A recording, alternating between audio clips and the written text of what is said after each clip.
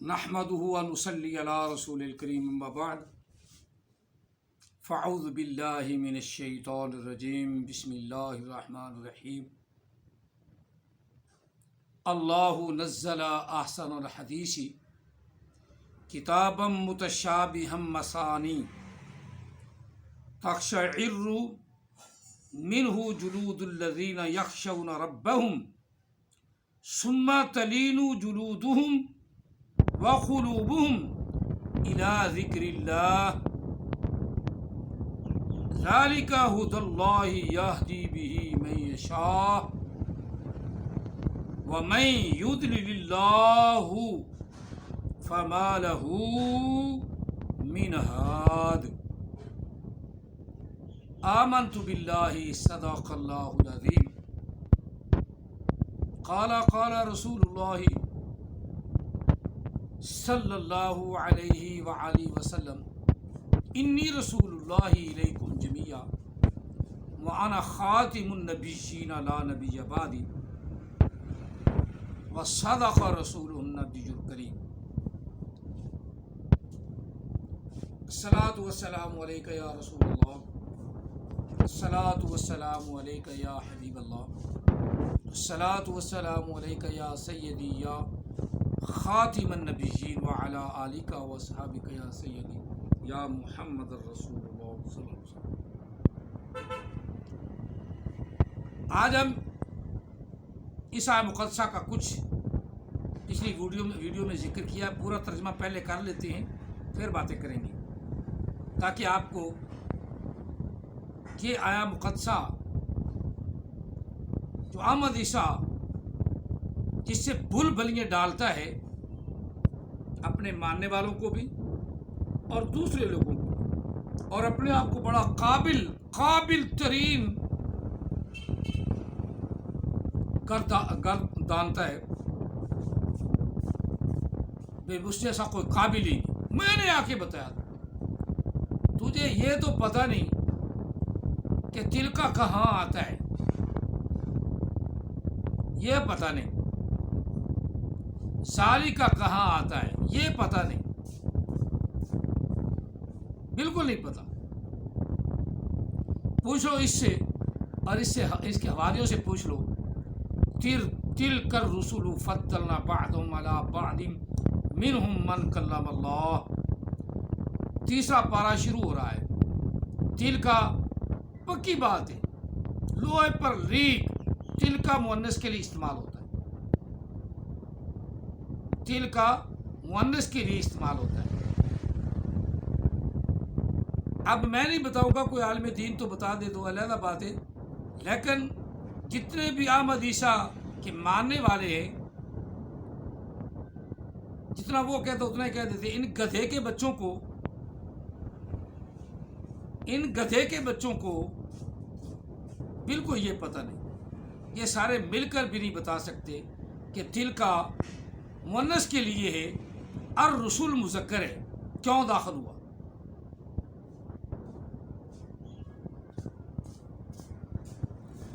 کیوں داخل ہوا؟ ذالک الکتاب کہتا ہے ہاذا داخل ہونا چاہیے، کیوں بھی داخل کیوں ہاذا ہونا چاہیے، کس لیے ہونا چاہیے؟ تو وہ کا ترجمہ کر لے، بس بات ختم، تجھے سمجھ آ جا نہ آئے پہاڑ میں جا۔ وہ کتاب جو نبی علیہ السلام پر نازل ہوئی، جس کے بارے میں اللہ تعالیٰ نے فرمایا وَإِن كُنتُمْ فِي رَيْبٍ مِّمَّا نَزَّلْنَا عَلَىٰ عَبْدِنَا، جو کچھ ہم نے اپنے محبوب پر نازل کیا ہے، فَأْتُوا بِسُورَةٍ مِّن مِّثْلِهِ، اس کی کوئی صورت، اس کی مثال کوئی، اس کی مثل کوئی بنا کے تو لاؤ، کوئی ایک چھوٹی سی صورت ہی بنا لاؤ، نہیں لا سکتے، تو وہ کر لے بھائی، تمہیں کیا تکلیف ہے ایسے جھنجٹ میں ڈال دینا، کیونکہ الکتاب مذکر ہے اور ذالک آنا ہے۔ اگر اللہ تعالیٰ حاضر کر کتاب کہہ دیتا تو ہم حاضر کتاب کہہ دیتے. کئی جگہ حاضر کا بھی ذکر ہے، جس طرح الف لام را تلک آیات الکتاب المبین انا انزلناہ قرآنا عربیا لعلکم تعقلون. وہاں بھی حاضر کا لفظ نہیں، حاضر کا لفظ بھی ہے، کہیں میرے ذہن میں اب نہیں آ رہا. حاضر کا بھی لفظ ہے، ذالکہ بھی 2-3 جگہ پہ آتا ہے. ابتدا میں ذالکہ ہے تو وہ کرنے سے ترجمہ کون سا بدل جائے؟ بدلنا مفہوم وہی ہے. وہ کتاب جس میں کوئی شک نہیں، لا ریب فیہ ھدی للمتقین، ہدایت ہے وہ پرہیزگاروں کے لیے، ڈرنے والوں کے لیے، متقین کے لیے. کیونکہ اگر وہ جا رہے ہیں الذین یؤمنون، وہ لوگ جو ایمان لے آئے بالغیب، بغیر اللہ کو دیکھے، بغیر فرشتوں کے دیکھے، بغیر جنت دیکھے، بغیر دوزخ دیکھے، یؤمنون بالغیب، غیب پر ایمان لے آئے، غیب پر ایمان لے آئے. یہ کہتا ہے جب تک تم غیب جان نہ لو نا تب تک تم ایمان والے نہیں. جب تک غیب کون جانے بھائی؟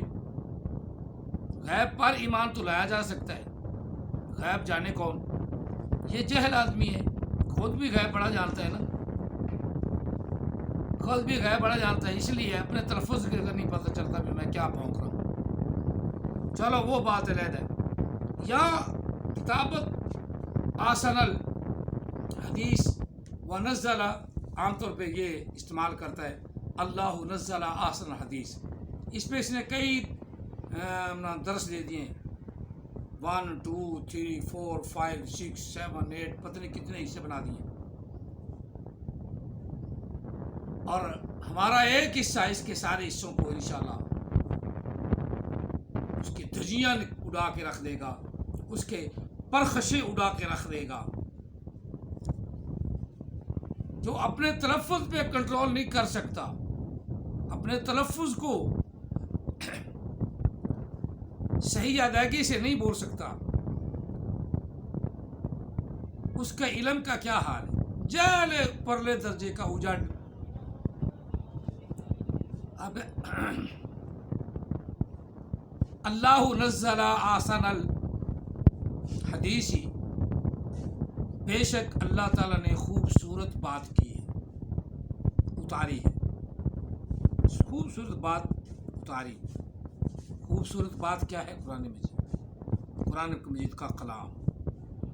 احسن الحدیث، حدیث ہوتا ہے، پھر الحدیث ہو گیا،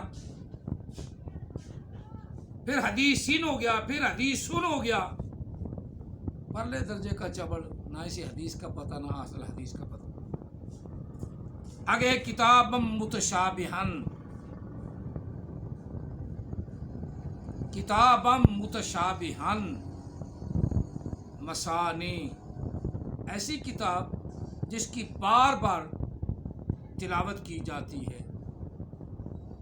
متشابہ ہے یعنی موسیٰ علیہ السلام نے بات کی اپنے امتیوں کی، وہ اللہ تعالیٰ بار بار کر رہا ہے، بار بار آتی ہے، ملتی جلتی. متشابہن ملتی جلتی. یہ متشابہن کا معنی کیا ہے؟ پوشیدہ ہے. کسی ڈکشنری میں، کسی لغت میں، کسی گرامر میں، صرف و نحو کی گرامر میں متشابہن کا معنی یہ نہیں ہے کہ وہ پوشیدہ ہے. متشابہن کا معنی ملتی جلتی تو ہے نا. متشابہ لگ گیا یعنی پیچھے والی آیت آگے پڑے گی، آگے والی پیچھے، جس طرح حفاظ کرام کو متشابہ لگتا ہے. کسی نے یہ ترجمہ نہیں کیا. کس نے چبڑ ماری، کس نے بھونک ماری، کس نے غلط ترجمہ کیا متشابہن کا عام حدیث.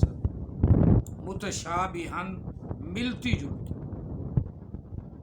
متشابہ ایک کی مجھے متشابہ لگے، یار میں نے وہ ایک آدمی کو دیکھا تھا، وہ آپ کی شکل کا تھا، میں نے سمجھا وہ ہے، اسے متشابہ کہتی ہے. اس جیسی ملتی جلتی آیات آگے پیچھے آتی ہیں، اس لیے یہ متشابہ ہے. مثانی بار بار پڑھی جانے والی، جس کا ذکر بار بار ہوتا ہے، تلاوت ہوتی رہتی ہے. اور قرآن پاک کی تلاوت دنیا کے کائنات میں بار بار چلتی ہے. ایک آدمی پڑھے سمجھنے کے لیے پھر پڑھے گا، پھر پڑھے گا، پھر پڑھے گا. حفاظ کرام بار بار پڑھتے ہیں، پھر جا کر یاد ہوتا ہے. اس لیے اسے مثانی کا درجہ دیا اللہ نے. یعنی وہ کتاب جو بار بار متشابہ ہے، بار بار پڑھی جاتی ہے تاکہ وہ متشابہ ذہن میں بس جائے اور تاکہ صحیح طریقے سے حفاظ کرام پڑھ لیں، ان کو متشابہ بھی نہ آئے. متشابہ کا معنی یہ ہے، متشابہ کا معنی یہ نہیں کہ وہ چھپی ہوئی ہے، نظروں سے اولے ہے، نظروں سے غائب ہے. وہ یہ ترجمہ جو کرتا ہے نا احمد عیسیٰ، بالکل جھوٹ بولتا ہے، اسے آتا ہی نہیں. مثانی بار بار اشتباہ پیدا کرنے والی، یعنی اس میں بار بار لفظ آتے ہیں تو آدمی بھول جاتا ہے، متشابہ لگ جاتا ہے. تقشعر منہ جلود الذین یخشون ربہم. بہت سے لوگ جب اس کی تلاوت کرتے ہیں نا تو اس کی تلاوت کرنے کی وجہ سے ان کے جسم کے بال، رونگٹے کھڑے ہو جاتے ہیں. جلود میں نا کھڑے ہو جاتے ہیں. اب جلود کا معنی لشکر بھی ہے، جلود کا معنی جلد بھی ہے، جسم. ان کے جسموں کے بال کھڑے ہو جاتے ہیں. جلدن سے یہ جلود ہے. ان کے جسموں کے بال اللہ کے خوف سے کھڑے ہو جاتے ہیں. یخشون ربہم، اپنے رب کے خوف سے، اپنے رب کے ڈر کی وجہ سے. ثم تلین جلودہم وقلوبہم، اور ان کے دل اور ان کے جسم. اب جلود کا معنی خال بھی ہے، جلود کا معنی جسم بھی ہے، یہاں جسم معنی کرنا چاہیے. تلین نرم پڑ جاتے ہیں، نرم ہو جاتے ہیں ان کے دل بھی اور ان کے جسم بھی. جب وہ قرآن پاک پڑھتے ہیں نا، حضرت علی کرم اللہ وجہ کی پنڈلی مبارک میں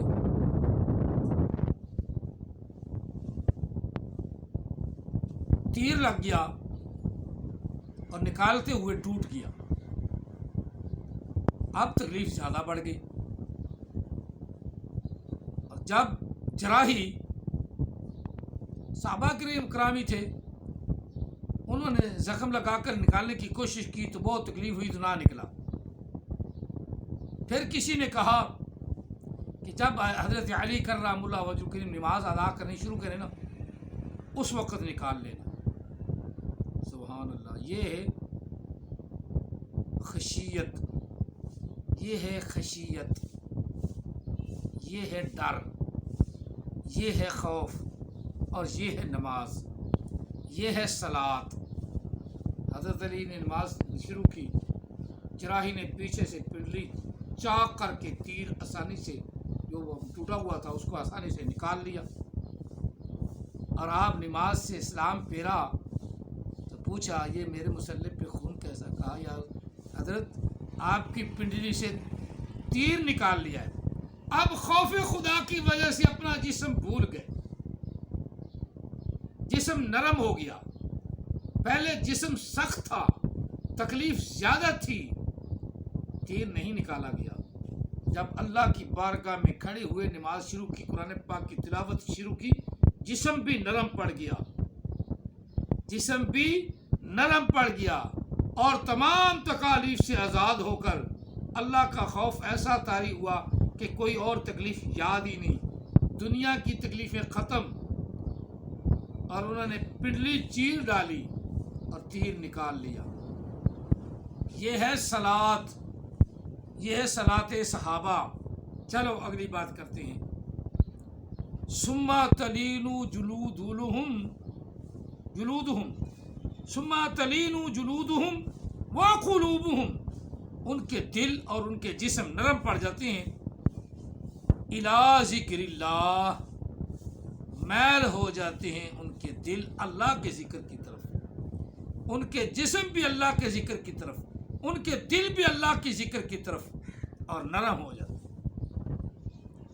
آگے آپ نے فرمایا اولئک ھدی اللہ یہدی بہ، یہ اللہ کی ہدایت ہے. اس میں قرآن پاک اللہ کی ہدایت ہے، وہ ہدایت ہے. اولئک وہ ہدایت ہے. وہاں اللہ نے فرمایا اولئک علی ھدی من ربہم، پہلے اس بارے میں 5ویں آیہ مقدسہ سورہ بقرہ، اولئک علی ھدی من ربہم، وہ لوگ اپنے رب کی طرف سے ہدایت پر ہیں. اور یہاں اللہ نے فرمایا کہ قرآن پاک ہدایت ہے کن کے لیے؟ جسے اللہ چاہے. اولئک ھدی اللہ یہدی بہ، اولئک ھدی اللہ وہ ہدایت ہے، یعنی قرآن پاک پورا کا پورا ہدایت ہے. کتابم متشابہم مثانی، پوری کی پوری ہدایت ہے. یہدی بہ، اللہ تعالیٰ ہدایت عطا فرماتا ہے. من یشاء، جسے چاہتا ہے ہدایت عطا فرماتا ہے. ومن یضلل اللہ، اور جسے اللہ گمراہ کر دے، جسے اللہ تکبر میں بڑا اتنا ہے نہیں، اتنا جانتا ہے نہیں، بھونکتا زیادہ ہے. وَمَن يُضْلِلِ اللَّهُ، جسے اللہ گمراہ کر دے. کون ہے اسے ہدایت دینے والا؟ کوئی نہیں دے سکتا، کوئی بھی اسے ہدایت نہیں دیتا. فَمَا لَهُ مِنْ هَادٍ، بس اس کے لیے کوئی بھی ہادی نہیں. ہمارے ہادی رہبر مصطفیٰ کریم محمد عربی سید عالم سید المرسلین رحمت للعالمین شفیع المذنبین خاتم النبیین امام الاولین والآخرین خاتم النبیین لا نبی بعدی. ہمارے ہادی وہ ہیں، اس لیے ہمیں کوئی گمراہ نہیں کر سکتا. اللہ نے ہمیں ہدایت عطا فرمائی. اللہ نے حکم دیا کہ من یطع الرسول، اگر تم میرے محبوب کی اتباع کرتے رہو گے تو فقط اطاع اللہ، بس تم نے ضرور اللہ کی اطاعت کی. من یطع الرسول، جو بھی اللہ کے رسول کی بات مانے، اس نے اللہ کی بات مانی.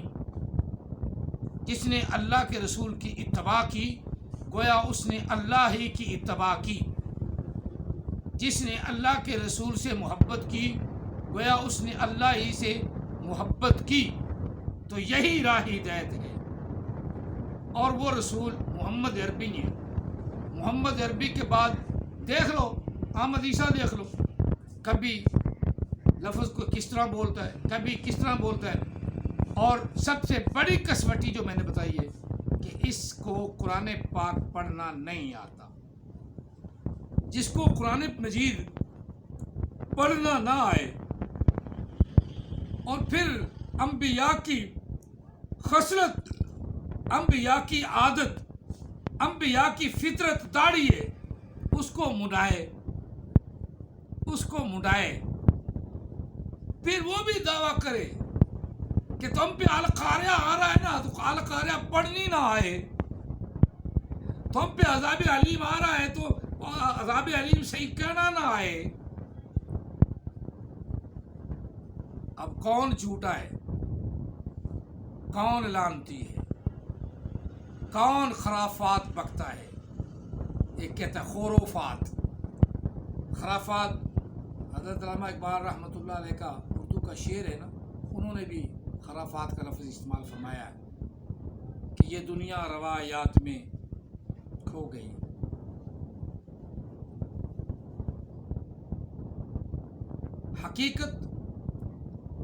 حقیقت روایات میں کھو گئی، یہ امت خرافات میں کھو گئی. اب یہ امت یا یہ دنیا اپنا خرافات میں کھو گئی.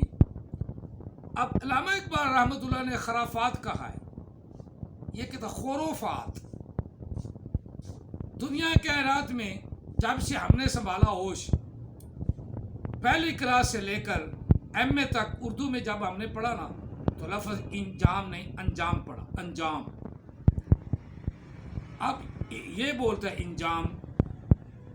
ہم نے جب عربی کی دنیا میں قدم رکھا، یعنی درس نظامی شروع کیا، تو ہم نے اپنے اساتذہ سے ڈکشنری سے، لغت سے، گرامر سے اخلاق پڑھا، اخلاق بھی پڑھا۔ اب اخلاق کا معنی عادات ہے، اس کا مفہوم یہ ہے کہ انک لعلی خلق عظیم۔ خلق بھی جمع کا لفظ ہے، خلق، اور اخلاق بھی جمع ہے۔ خلق وحد بھی بولا جاتا ہے۔ عام محبوب عظمت والے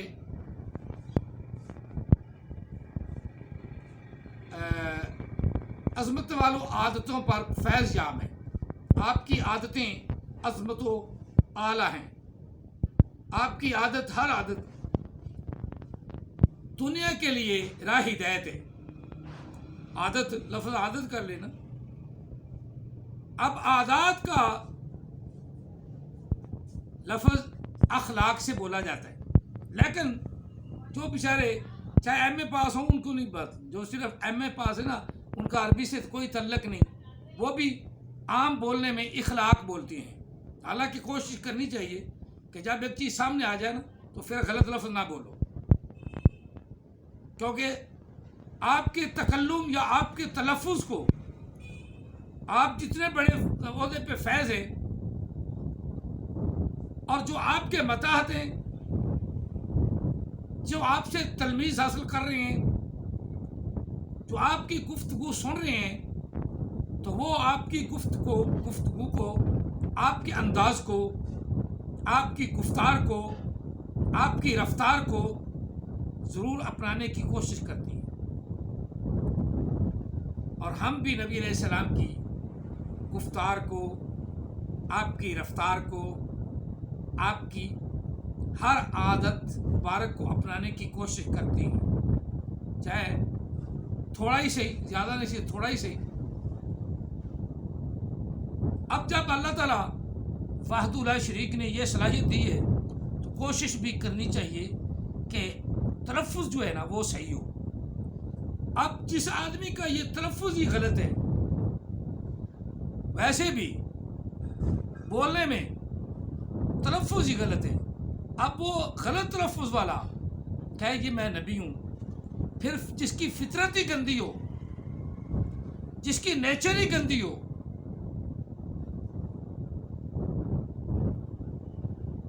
مدر نیچر ہو، ماں کی فطرت گندی، بندے کی فطرت بھی گندی، مدر نیچر خدا نہیں، یہ کہتا ہے مدر نیچر خدا ہے، یعنی یہ مخلوق، یہ کائنات خدا ہے،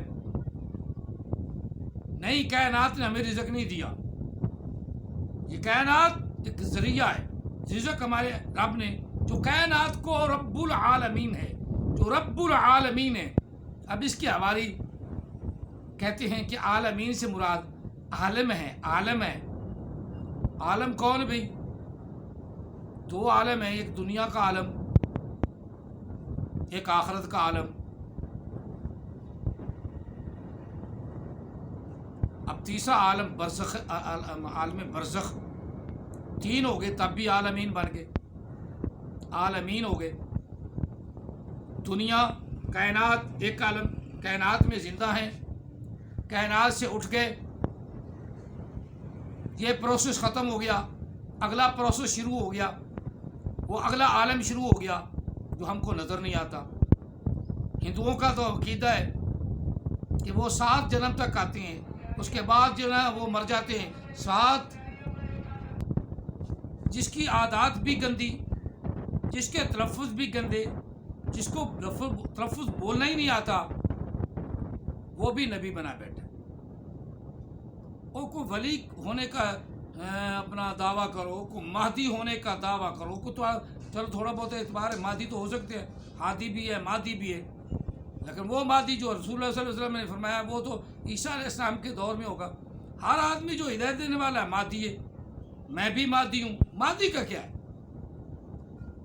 معنی کے لحاظ سے میں بھی ہدایت دے رہا ہوں، ہدایت دینے کو مہدی بھی کہتے ہیں، ہادی بھی کہتے ہیں۔ اللہ تعالیٰ وحدہ لا شریک نے اپنے محبوب کو ہادی کہا ہے، اور اس کے نقش قدم چلنے والے پر یہ بھی ہادی ہونے کا ایک تلفظ ثابت آتا ہے کہ ہدایت تو دے رہا ہے نا، لیکن جس کو کہتے ہیں نا امام مہدی رحمت اللہ علیہ نا مدہ ذیل العالی آنے ہیں، وہ مہدی جب آئے گا عیسیٰ علیہ السلام تشریف کے دور میں آقا علیہ السلام نے اکٹھا فرما دیا، دونوں کا دور ایک ہی فرما دیا۔ اب وہ مہدی آنا ہی آنا ہے، باقی ہر بندہ جو بھی دنیا میں ہدایت کا کام کرتا ہے وہ مہدی ہے، نبی نہیں آ سکتا، یہ پکی بات ہے۔ عیسیٰ علیہ السلام آلریڈی نبی ہیں، ان کی نبوت چھینی نہیں گئی، وہ نبی علیہ السلام کے بعد آئیں گے، تو نبی علیہ السلام نے خود ہی فرمایا نا کہ میرے بعد آئیں گے۔ اب نبی جانے خدا جانے، ہمارا تو ایمان اسی پہ ہے، ہمیں ٹمکٹوئیاں کہ ہمیں کیا پتہ قبر میں کیا ہے، نہیں نا پتہ۔ ہمارا ایمان ہے کہ ہمارے نبی نے، ہمارے قرآن نے، ہمارے رب نے فرما دیا کہ قبر میں تم سے پوچھ گچھ ہونی ہے، یہ ہمارا ایمان ہے بس۔ اور ایمان تجسس نہیں چاہتا، ایمان تجسس نہیں چاہتا،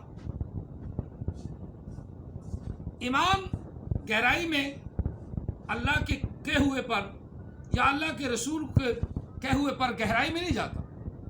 اللہ کے رسول نے کہہ دیا کہ عیسیٰ علیہ السلام آنے ہیں، وہ پتہ ہے آپ کو، مجھے پتہ ہے کہ وہ نبی ہیں، آلریڈی نبی ہیں، بات تو کسی نئے نبی نے نہیں آنا۔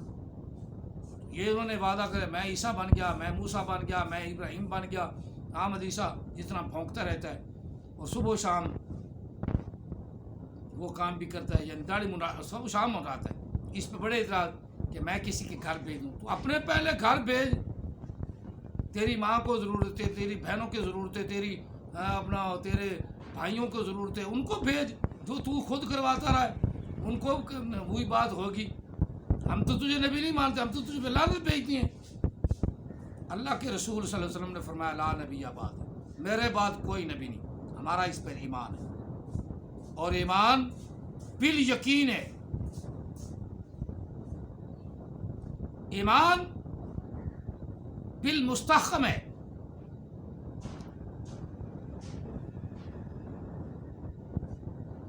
اور ایمان مستقیم ہے، جو نبی نے کہہ دیا وہ مستقیم ہے، وہی ایمان ہمارا ہے، جو نبی نے کہہ دیا، جو اللہ نے کہہ دیا وہ بھی ایمان، جو نبی نے کہہ دیا وہ بھی ایمان۔ اور نبی علیہ السلام محمد الرسول اللہ کے بعد جتنی کوئی مرضی دلائل دے، بلا دلیل یہ جھوٹے ہیں، جتنے بھی بعد میں نبی ہو رہے ہیں بلا دلیل دینے کی ضرورت نہیں ہے ان کو۔ ہمارا ایمان اللہ ایک ہے، بلا دلیل اللہ ایک ہے، قل هو اللہ احد، ہمیں دلیل دینے کی ضرورت نہیں، بلا دلیل اللہ ایک ہے، بلا دلیل مصطفیٰ آخری نبی ہیں، بلا دلیل حضرت عیسیٰ روح اللہ علیہ السلام دنیا میں آئیں گے، بلا دلیل امام مہدی جو آقا علیہ السلام نے پیشین کو فرمائی ہے وہ مہدی آئیں گے۔